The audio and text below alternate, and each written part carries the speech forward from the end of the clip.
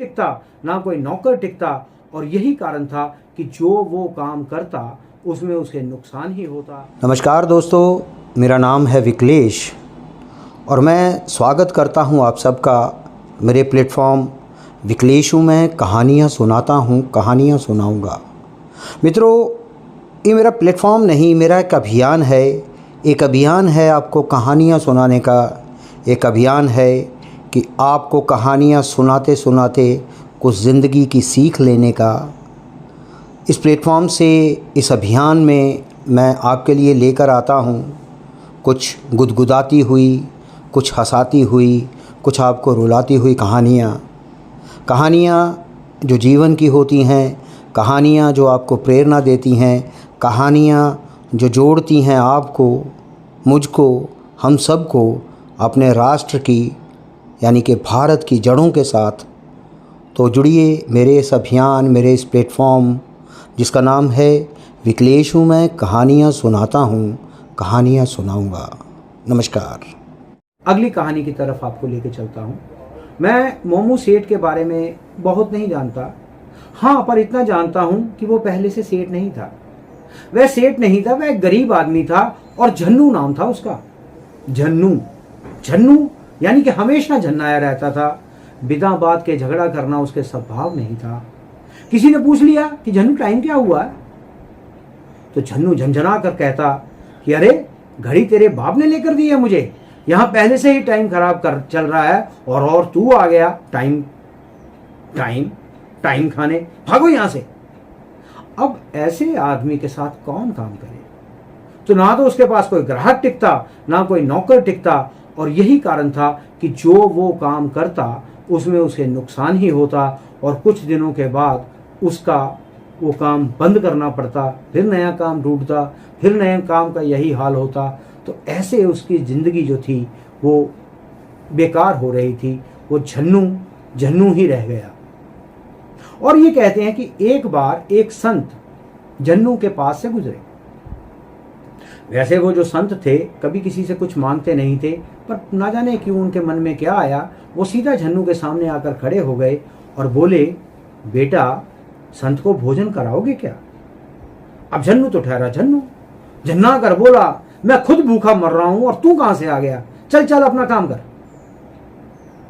संत मुस्कुराए और बोले, बेटा, मैं तो अपना काम ही कर रहा हूं और बिल्कुल सही से कर रहा हूं, लेकिन तुम ही हो जो अपना काम सही से नहीं कर पा रहे। झन्नू झटका खा गया। उसको ऐसे उत्तर की उम्मीद नहीं थी।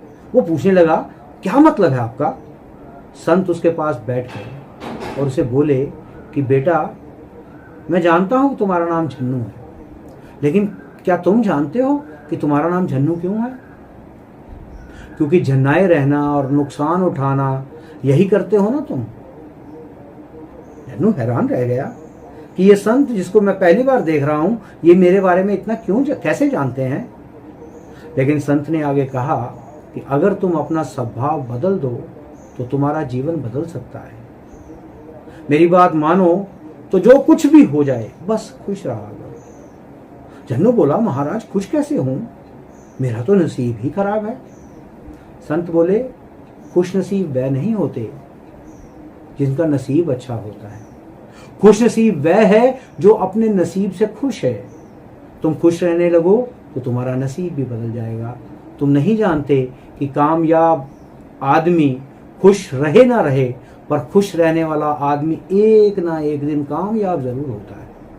झन्नू बोला, महाराज, दुनिया बड़ी खराब है और मेरा ढंग ही ऐसा है कि मैं झूठ नहीं बोल सकता।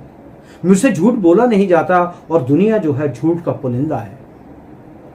संत बोले, कोई बात नहीं झन्नू, झूठ नहीं बोल सकते पर चुप तो रह सकते हो।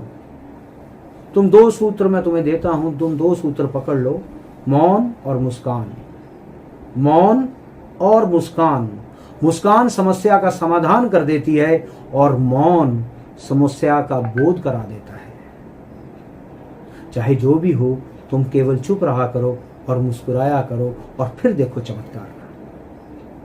झन्नू को संत की बात जच गई और उसने अपने स्वभाव को बदल दिया और भगवान की कृपा से उसका स्वभाव बदला तो उसका भाग्य भी बदल गया।